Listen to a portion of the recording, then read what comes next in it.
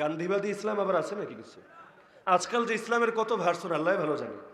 Liberal ইসলাম, moderate ইসলাম, RAND ইসলাম, পশ্চিমা বান্ধব ইসলাম, কত রকম যে ইসলামের রূপ আছে। মানুষ পেরেশান হয়ে জিজ্ঞেস করে, হুজুর ইসলামের নামে এক একজন এক এক কথা বলে, আমরা জানু কই? সাধারণ মানুষ এত কিছু বুঝি না। আপনারা সবাই মিলে এক জায়গায় বৈশা আমাদের একটা সমাধান দেন। কাদিয়ানি, হিজবুত তাওহীদ, আপনারা যারা আছেন আরো যত গ্রুপ আছে, সবাই মিলে বৈশা একটা দিলেই তো হয়, এত ভার্সন থাকার দরকার কি?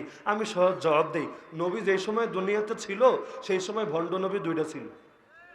আসল নবী একজন, ভণ্ড নবী কয়টা? আর ভণ্ড নবী কয়টা? কয়গুণ বেশি? কয়গুণ বেশি? এখনো তো আলহামদুলিল্লাহ এই দেশে হকপন্থী ওলামায়ে কেরামের চাইতে আমার ধারণা বাতিলপন্থী, দিন বিক্রেতা, পাপী, জ্ঞান পাপী বেশি হয় নাই। কিন্তু আল্লাহর নবীর জামানায় হক নবী একজন, যার নাম মুহাম্মদুর রাসূলুল্লাহ সাল্লাল্লাহু আলাইহি ওয়াসাল্লাম। আর ভণ্ড নবী দুইজন, একজনের নাম মুসাইলিমা কাযযাব আর একজনের নাম আসওয়াদ আনসি। তো যাই হোক, যেটা বলছিলাম, ইসলামের নামে অনেক কিছু আসবে, ইসলামের উপর অনেক জুলুম আসবে, কিন্তু মন ভাঙা যাবে না, কারো বিপদ দেখেও পিছু হটা যাবে না। যদি আল্লাহর নবী তয়েফে মাইর খেয়ে পিছু হটতেন, ইসলাম পেতেন? আরে পেতেন নাকি? আর সবসময় যদি মজার মজার কথা বলে কাম হতো, একটাবার চিন্তা করেন, গোলাম আহমদ কাদিয়ানিকে যদি শুরুতেই দমিয়ে দেয়া হতো, আজকে আর আপনাদের এত সাধনা করা লাগতো না।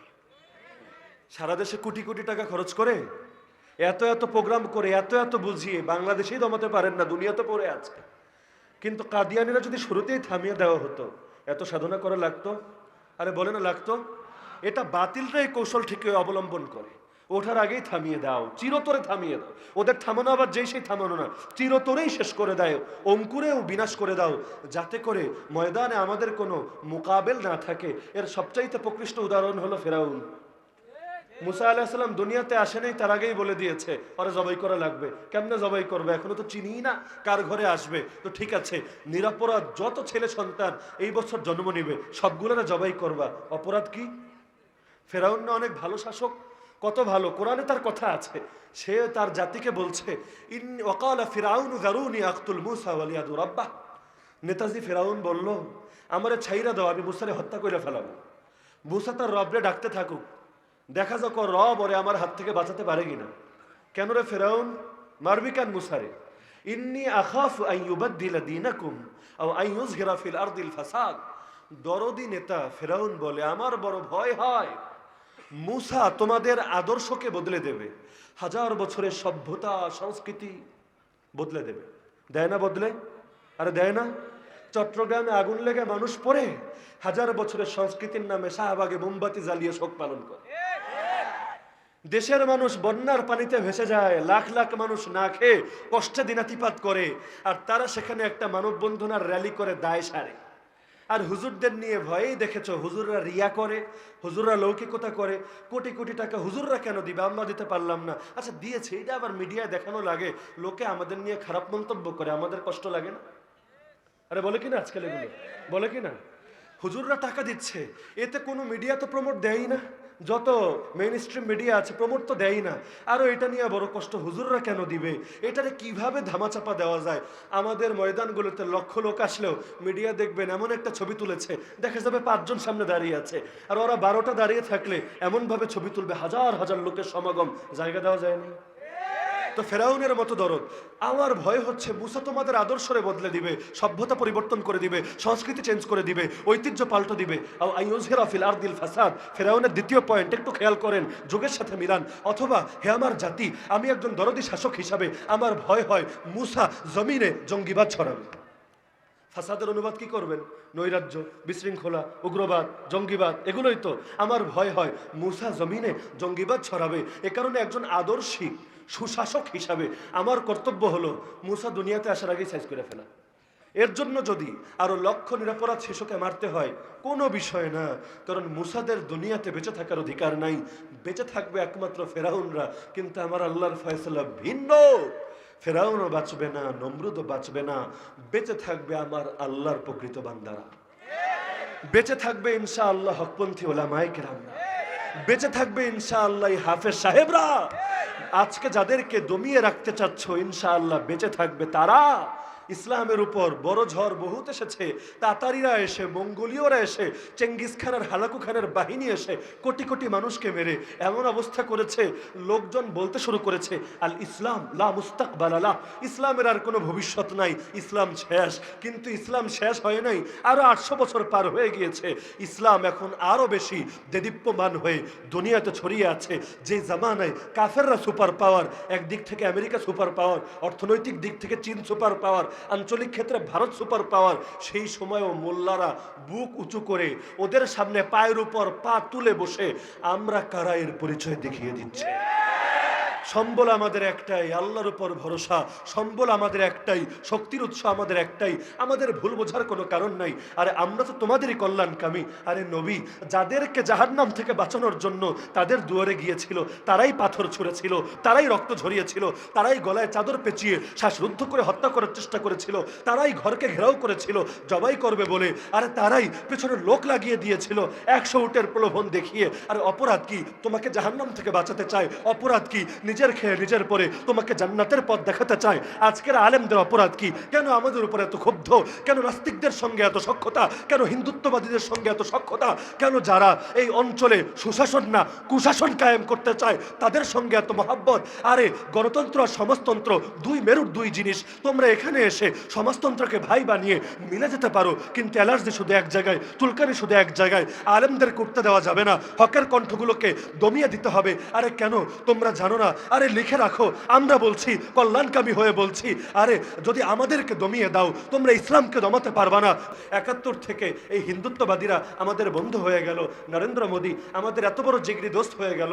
সেই নরেন্দ্র মোদীর বিরুদ্ধে কথা বললে মামুনুল হককে হুইল চেয়ারে বসিয়ে দেওয়া হয়। সেই নরেন্দ্র মোদীর বিরুদ্ধে কথা বললে হাজারো আলেমকে কারাগারে ফেলে রাখা হয়। সেই নরেন্দ্র মোদীর বিরুদ্ধে কথা বললে সুস্থ সবল মানুষটাকে এমন নির্মম হালতে শিকার করা হয়।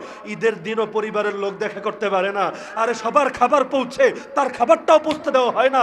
আর এই অপরাধে বছর পেরিয়ে যায়, সবার জীবনে ঈদ আসে, তাদের জীবনে ঈদ আসে না। সবার জীবনে সুখ আসে, উৎসব আসে, তাদের জীবনে সুখও আসে না, উৎসবও আসে না। আর নিজেদের চোখেই তো দেখে এসেছি দুনিয়ার সেই 2 নম্বরই মামলা খেয়ে, নাম সহকারে বলে দিতে পারবো, 2 নম্বরই মামলা খেয়ে মাসে মাসে কয়েক লাখ টাকা খরচ করে কি ভিআইপি ভাবে সেখানে তারা থাকে।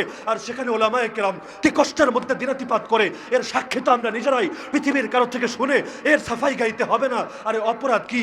সেই বন্ধুর বিরুদ্ধে মাঠে নেমেছে, এটাই যদি অপরাধ হয়, এর চাইতে আরো বড় বড় অপরাধ তো সাজিয়ে দেওয়া হয়। মানুষের পকেট থেকে মানিব্যাগ চুরি করেছে, মোবাইল চুরি করেছে। এত বড় মানুষ যার মানিব্যাগের অভাব পড়েছে, এ কারণে তাকে গ্রেফতার করা হয়েছে। যার মোবাইল কেনার টেহা নাই, এ কারণে তাকে বন্দী করা হয়েছে। তো যাই হোক, অপরাধ কি? সেই হিন্দুত্ববাদী নেতা সেই গুজরাটের কসাইয়ের বিরুদ্ধে তারা একটু প্রতিবাদ করেছে। আরে এই গুজরাটের কসাই থেকে তাহলে আলাদা হয়েছিল কেন 47-এ? বলবেন রাজনৈতিক কথার দিকে যাচ্ছেন কেন? আরে আপনি আমাকে বলেন, ইসলাম আর রাজনীতি কি আলাদা জিনিস? ইসলাম ছাড়া, ইসলামের ফিল্টার ছাড়া, ইসলামের চশমা ছাড়া পৃথিবীর কোনো জিনিসকে দেখার সুযোগ আছে? কেউ যদি বলে আমি একটা জিনিসকে ইসলামের চশমা খুলে দিয়ে মূল্যায়ন করব, সে আর মুসলমান থাকবে না, মুশরিক হয়ে যাবে। তাহলে 47-এ যাদেরকে শত্রু বানিয়ে আলাদা হয়ে গেল কেন? তারা মারে, তারা নির্যাতন করে, তারা ধর্ষণ করে, তারা ঘর পোড়ায়। কয়েক বছরের মাথায় তারাই হয়ে গেল বন্ধু। হয়ে গেছে কিনা? হায়ের মানে আমি পাকিস্তানের পক্ষে সাফাই গাচ্ছি তাও না, আমাদের কারো পক্ষে সাফাই গাওয়ার দরকার নেই। একজনের সাফাই যথেষ্ট। তিনি কে? যেই পাকিস্তান প্রতিষ্ঠা হয়েছিল 6 লক্ষ মানুষের রক্তের বিনিময়ে ইসলামের নামে, কিন্তু একটা দিনের জন্য ইসলাম কায়েম হয়নি। লোভ তো অনেক দেখানো হয়েছিল, কিন্তু সব জায়গায় হুতুম পেচারা বসে থাকে বাগানকে ধ্বংস করার জন্য। তো যাই হোক, বলছিলাম এই যে জিগরি দোস্ত হিন্দুত্ববাদী শক্তিগুলো, এদের বিরুদ্ধে কথা বলেই তো আমাদের অপরাধ। আরে আমাদের জবানগুলো থেমে গেলেই তো তোমরা ভেবেছ অনেক সুখ আসবে, অনেক শান্তি আসবে। কিন্তু জানো না, এই জবানগুলো সবগুলো যেদিন বন্ধ হয়ে যাবে দুনিয়াতে কিয়ামত চলে আসবে। ইসরাফিলের সিংহায় সেদিন ফুৎকার আসবে, যেদিন জমিনে কোরআনের ধারক বাহক কেউ থাকবে না, যেদিন জমিনে আল্লাহর নাম নেওয়ার কেউ থাকবে না, যেদিন জমিনে ইসলামের খেদমত করার কেউ থাকবে না। সুতরাং হে ওলামায়ে কেরাম, হে তালেবুল ইলমরা, হে হাফেজ সাহেবরা, দুনিয়ার মানুষরা, দুনিয়ার জালেমরা আপনাদেরকে মূল্য দিক বা না দিক, নিজেদের মূল্য নিজেরা কখনো ভুলবেন না। এই পৃথিবীর মধ্যে আপনারা সবচাইতে দামি, আপনাদেরকে এই পৃথিবীর মধ্যে শান্তি আনতে হবে, এই পৃথিবীর মধ্যে কল্যাণ প্রতিষ্ঠা করতে হবে। এই পৃথিবীর মধ্যে রাসূলুল্লাহ সাল্লাল্লাহু আলাইহি ওয়াসাল্লাম যেমন সমাজ কায়েম করে গিয়েছিলেন তেমন সমাজ কায়েম করতে হবে। আবু জাহাল ভুল বুঝতে পারে, আবু লাহাব ভুল বুঝতে পারে, আবু সুফিয়ান তেরে আসতে পারে, কিন্তু ভুলে গেলে চলবে না আপনারা নায়েবে রাসূল। কেউ ভুল বুঝলেই, কেউ তেরে আসলেই ঘাবড়ে যাওয়া যাবে না, মনোবল হারানো যাবে না। আল্লাহ হারাম করেছেন ওয়ালা তাহিনু ওয়ালা তাহজানু, দুঃখ করবা না খবরদার, আফসোস করবা না খবরদার, মন ভাঙবা না খবরদার, ওয়া আনতুমুল আলাউন। আরে বান্দা, পরীক্ষা তো দেওয়াই লাগে, তুমিও পরীক্ষা দিচ্ছ, কিন্তু বিশ্বাস করো তুমি হবা সুপার পাওয়ার। কারণ ইসলাম সর্বদা উপরে থাকে, ইসলাম কখনো নিচে আসে না। যে ইসলামকে ধারণ করে সেও উপরে থাকে। আমার আল্লাহ কোরআনকে হেফাজত করবেন কিয়ামত পর্যন্ত। কিভাবে করবেন? এই সিনাগুলো দিয়েই তো করবেন। আরে বলেন কোথায় আল্লাহ হেফাজত করবেন? আমার আল্লাহ হেফাজতের মাধ্যম এই সিনাকে বানিয়েছেন। আরে নবী মুসার মতো আমার আল্লাহ কাঠের ফলকে লিখে কিতাব দেন নাই, অন্যান্য নবীদের মতো লিখিত আকারে কিতাব দেন নাই।